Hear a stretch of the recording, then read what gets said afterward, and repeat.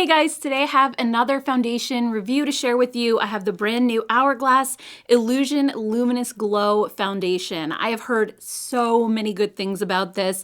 This is another one similar to the Dior Hydra Glow that I reviewed, I think it was last week or the week before. This is another one that I just have had my eye on ever since I saw it teased, and I couldn't wait to try it. I don't believe it's available at Sephora or Ulta yet. It's coming there, I'm sure, but I got this from the Hourglass website and I had a good experience. They shipped it really fast. So just quickly looking at the website, it says that it's an all-in-one formula that combines the benefits of broad spectrum SPF 30 sunscreen and advanced skincare. It's supposed to give a little bit of a luminous glow, and that it has an ultra creamy texture that melts into your skin to visibly smooth and diminish imperfections. It has something that they're calling their advanced Hydra smoothing technology to help smooth out your skin and reduce fine lines and wrinkles, which sounded right up my alley. This comes in 26 shades, and the one that I picked was shade 6. So if you look at the arm all the way to the left, 6 is the second one up from the bottom. It looked like it had a pretty cool undertone. So I'm hoping that this color is gonna work for me. If you've been following me for a while, you know the struggle that I've had finding something that's truly cool toned. So I'm just putting a little bit on my hand so we can see what this looks like. So this is shade 6. It actually looks like it's gonna be pretty good. I haven't had the best luck with Hourglass foundations in the past. Usually they run a little bit yellow on me, but this one doesn't look bad at all. So I'm just gonna put this on my cheek and we'll see how it blends in. I think it's pretty good. It's maybe just slightly dark for my skin, but I felt like the shade below this was a little bit more yellow, so I still think this is gonna be okay. So I'm actually gonna put this on bare skin on this side of my face, and then I'm gonna put it on top of primer on the other side. So I'm gonna blend this in with the new Morphe M104 brush. This is a nice domed foundation brush. This one is supposed to give a little bit more coverage just because it's more dense. It's so soft. And this foundation, wow, it's blending, like melting right in and just becoming one with my skin. How beautiful is that? And you know like I literally just put it on, but I'm already getting excited about the way that this looks on my skin. I hope that it stays this nice, but it has a lot of hydration to it. It's not as greasy as their skin tint. So the skin tint that they just came out with like pretty recently is in similar packaging. It's just white. And I was not a fan of that one. I did try it. I felt like it was a little bit greasy. This is definitely more of a satin finish. And I've noticed that satin finish foundations are really, really big right now. We had the glowy glass skin trend for a couple of years. And before that, it was like matte, heavy, full coverage foundations. So it kind of makes sense that things are switching more to just that satin skin-like finish.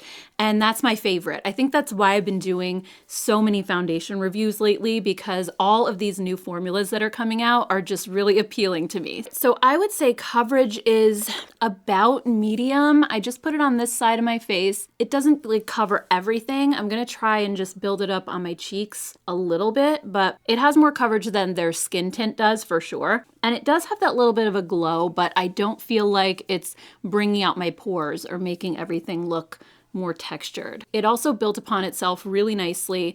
And again, it's not like that greasy, sweaty kind of look that a lot of the skin tints offer. It has that just slight bit of glow, but it looks like your skin. So over on the other side, I'm gonna apply a primer, and this is the Hourglass Vanish Airbrush Primer. I figured maybe I'd just do a full face of Hourglass today. And if Hourglass is not in your budget, I'll also mention just some dupes and alternatives along the way. So take, for example, this primer. It's very creamy and it has that beautiful pore smoothing effect. It makes your skin feel like silk. It's amazing. It's one of my favorite primers, but it is very pricey. If you're looking for something that I think is similar but more affordable, the new ColourPop Pretty Fresh Set It Up primer that I talked about a couple of weeks ago is actually really similar to this one. It's a really great pore smoother, and just like this one, it makes your skin feel like silk. All right, so I'm just gonna apply some over here and start working that in. I love how fast this goes right into your skin. It doesn't require a lot of blending, and it has this really smooth look to it, and it gives you this not like dewy, but it just gives you the look of like really hydrated, plump skin. It's also covering all my redness really nicely. Although as I'm blending, I'm not loving how it looks on my chin. My chin has a bumpy kind of orange peel texture to it. I did just recently exfoliate, so I know that's not the issue, but let me zoom you guys in and you can see exactly what I'm talking about. So I'll show you my chin first. You can see that it's kind of breaking apart on my chin area and not laying smoothly at all. It actually looks like it's gathering and pilling up, and I'm not sure why. It's doing it on both the side with the primer and without. It just, for whatever reason, because the skin isn't really smooth there, it's not laying flat. But on the rest of my face, where my skin does have a smoother texture, it looks great. It actually looks really smooth, really even. At the moment, it doesn't look like it's settling into my pores or fine lines, and everything, you know, just has a little bit of that healthy glow. So I have no idea what's going on with my chin, but I'll have to try it more than once and just see if maybe, I don't know, I'm having an off day or something. Like I said, I did exfoliate my chin. This morning I actually used a glycolic toner, so I don't know what's going on. Maybe this just isn't agreeing with whatever skincare I have on, but again, I don't know, because the rest of my face looks fine. I'll just have to keep wearing it and see what happens. So anyway, next for cheeks, I'm gonna use one of their Unreal liquid blushes. These are such a pretty formula. They have that really serum-like texture. This is the shade Whim, which is a pretty cool tone pink. And these are so thin, they just kind of start to drip down. They're almost a watery texture, but yet they have a nice amount of pigmentation to them. So I just like to dot it on my cheeks, and then I'm taking this Morphe Cream and Liquid Blush Brush. This is the M204, and then I just go ahead and blend that out. Usually I put a little bit more. You can build these up really easily as well, and they just kind of melt right into your skin because they're so thin. But again, if Hourglass is not in your budget, give these a try from Revlon. These are their Glimmer blush drops, and they are literally the same thing. I showed these side by side in a recent drugstore video. I was blown away. I put one on one cheek, one on the other. I could not tell the difference. So this one is in the shade Pink It Over, and it's the closest to Whim, which is the one I'm using today. So I was really impressed with those Revlon ones. Sadly, they only come in like 3 shades, so you get a lot more to pick from when it comes to Hourglass, but they feel pretty much identical and they perform the same as well. Next, I'm just gonna use a little bit of concealer. I almost forgot about this. This is the Hourglass Vanish Airbrush Concealer in the shade Silk. So I'll show you what this color looks like. This is a really nice concealer too. It gives about a medium coverage. It has a nice texture to it. It's very kind to dry skin if you don't want your concealer to look really cakey or thick. I think this is a nice one. Again, it's pretty pricey. I have the little mini one, so they do offer that if you just want to try out the formula without spending a ton of money. So I'm just gonna go ahead and blend this out with the new Morphe M132 concealer brush. This is very similar to the BK Beauty one from Angie's line. It's kind of a similar shape. Again, really soft. And I usually just focus concealer on the inner corner and the outer corner, and then I blend what's left underneath my eyes because I don't want to put too much in this area. Then it tends to settle into the wrinkles. And I think this one gives nice coverage. It's about medium, but it's definitely a really pretty formula, very undetectable. So next up, I'm gonna take a little bit more blush. I'm just gonna lock this in with a powder. This is the Ambient Lighting Blush in the shade Mood Exposure. This is the most beautiful dusty pink.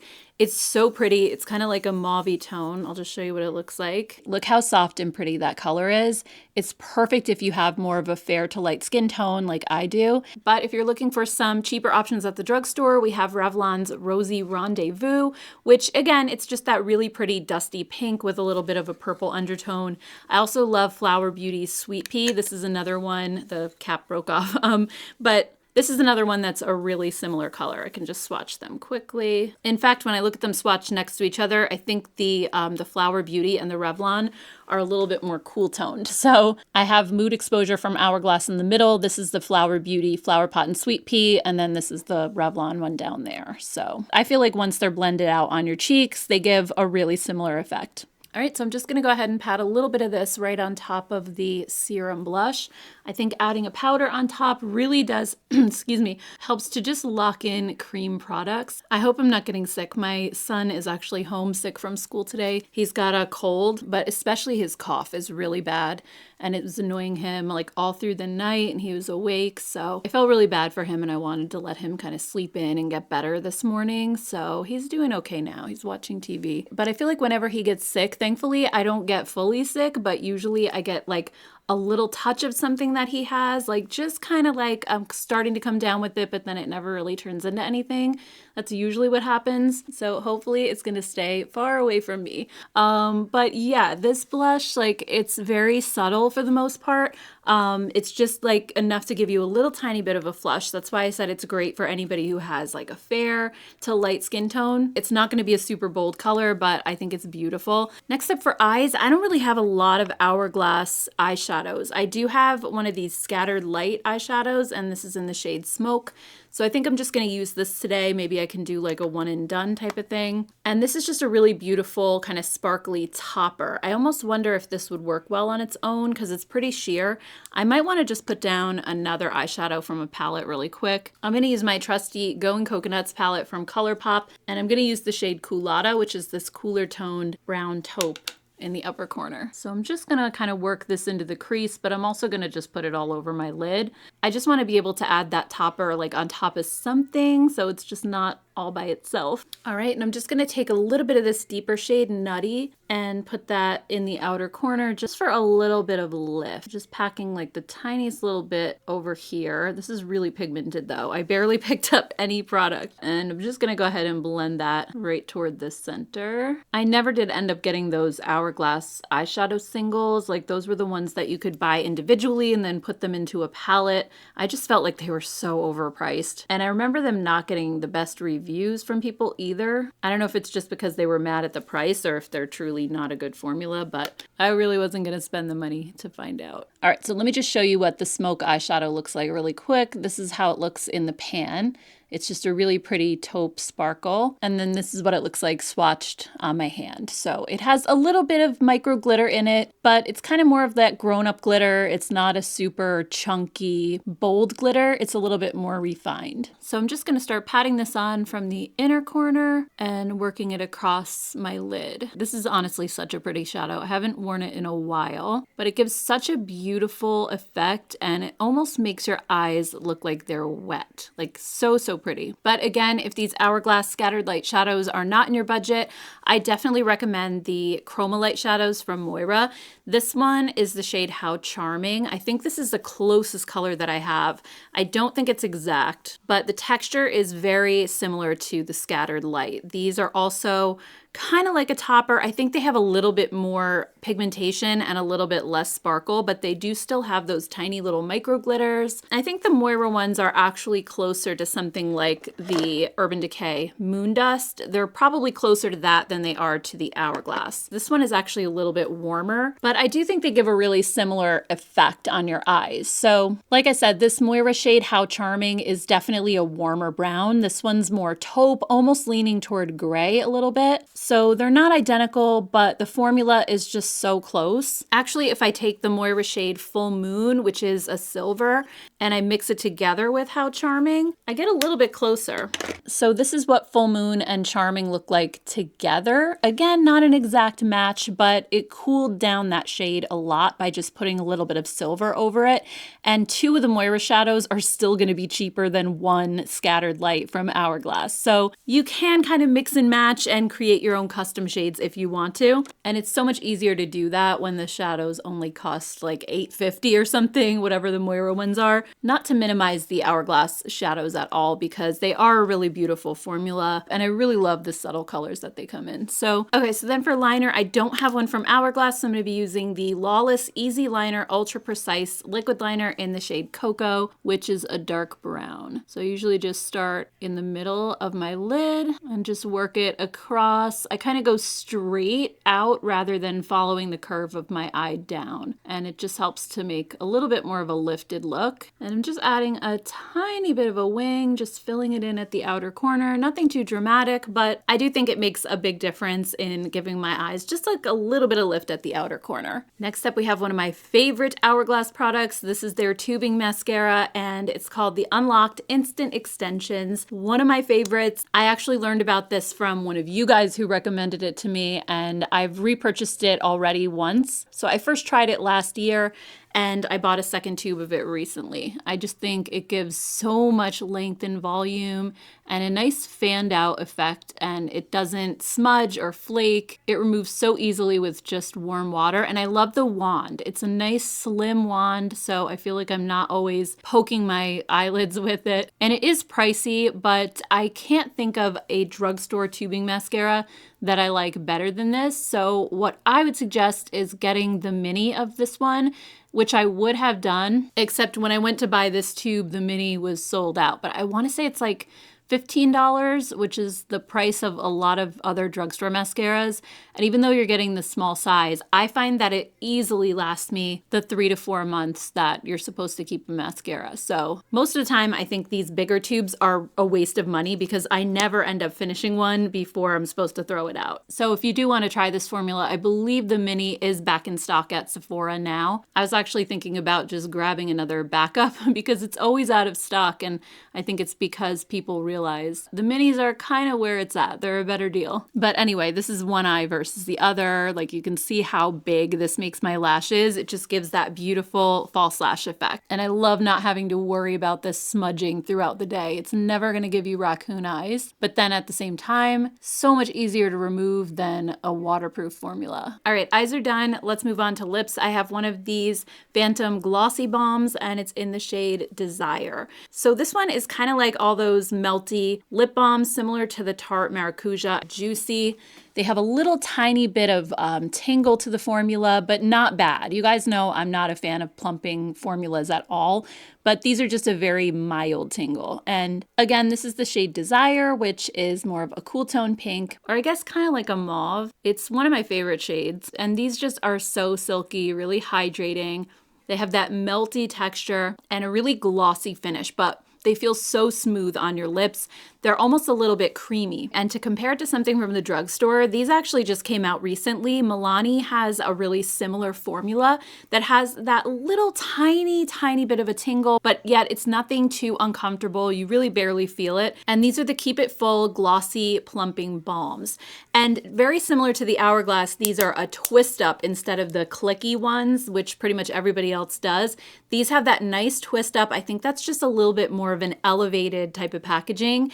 And the Hourglass ones are the same way. They have the twist. So this is the shade Jam from Milani. I think this is probably the closest one to Desire. It actually is pretty close. I think the Milani is even slightly more cool toned. So this is the Milani up here in the shade Jam, and then this is the Hourglass in Desire. So again, just really similar formula. They both have that nice melty texture, but I find these to be a little bit more creamy than some of the other ones that are a little more glossy. So anyway, here's the finished look, full face of Hourglass. But getting back to the foundation, since that's what really this video is all about, my chin is actually looking worse than it did when I first applied it, but the rest of my face looks great. So I don't know. I don't know what's happening with this. So I just want to show you again really close up what my chin looks like. It's just kind of coming apart, and the foundation is not only clinging to certain areas, but it also just completely broke up and it looks like it's separating. So again, I'm not sure why that is, but it's just something I'm going to have to figure out, I guess, over time as I continue to wear this product and see if it keeps happening. I know I have reviewed quite a few foundations this month. We had the Maybelline Lifter Stick and also the new Milani Stick Foundation. There's a new Maybelline Superstay Foundation, the new Dior one. Like, there's a lot that I've done. So at the end of this month, I'm probably going to do a roundup and rank the foundations and which ones I liked the best. So I'll continue to wear this and I'll be able to let you know in that video whether it kept doing this on my chin. But for now, I guess we'll just do like my standard wear test. I'm going to just go about the rest of my day. I'll be back in probably like 8 to 9 hours and we'll see how everything is holding up. So I'll see you guys then. Hey guys, it's 8 hours later. I'm back for my final check-in. I'm gonna make this quick because I have to get my kid to bed. But so far, I think most of my makeup held up really well. The blushes, like, were totally locked in. Like I said, if you put a powder on top of a cream, it tends to make the blush last so much longer. I did reapply the lip product because those don't really stick around. They're a little bit too emollient. But you know, eyeshadow is still looking good. The mascara, obviously. So really happy with all the other products. But when it comes to the foundation, I think, as you can see, my skin has this really nice glow to it. And like I said earlier, it's not a greasy, kind of like messy looking glow. It actually just looks like my skin is plump and healthy and a little bit dewy, but not over the top. And I think the foundation is sitting so smoothly on my entire face, like it's not settling into pores. Even on the side without primer, it still looks really good. It's not settling into the fine lines on my forehead. It's just my chin. I don't know what happened, but I'm assuming that it's a fluke because it looks so good everywhere else. Even on my nose, like it didn't grab to any flakes, and sometimes foundations can look like that on my nose. My nose looks perfectly smooth, so something just must have happened with this. So like I said, I'm gonna keep wearing this, and probably like around the end of January, I'll do a roundup of all of the foundations that I've tried this month and let you know, like maybe I'll rank them like best to worst or something. But I feel like this one's gonna be really tricky because I love the way it looks on my whole face, but my chin is a complete disaster and it's really noticeable. Like it's just chunky and patchy. It's like wearing off in some areas and gathered in other areas. It's terrible. So if I can get that situation fixed, this is gonna be very near the top of my list, if not the top pick, but I'll have to let you guys know. So I'm sorry I don't have a completely definitive answer, but this hasn't arrived in stores yet anyway, so some of you might just be waiting till it pops up at Ulta or Sephora. So that gives us a little bit of time and maybe, you know, watch some more reviews, things like that. So anyway, guys, I just want to take a minute to thank all of you so much for taking the time to watch this. I truly, truly appreciate it. And if you have any extra time and you'd like to watch some more of my reviews on new makeup, I'll put a video right here that you could check out next. Thank you guys so much. I hope you have a great rest of your day, and I will see you all in my next one. Take care, guys. Bye.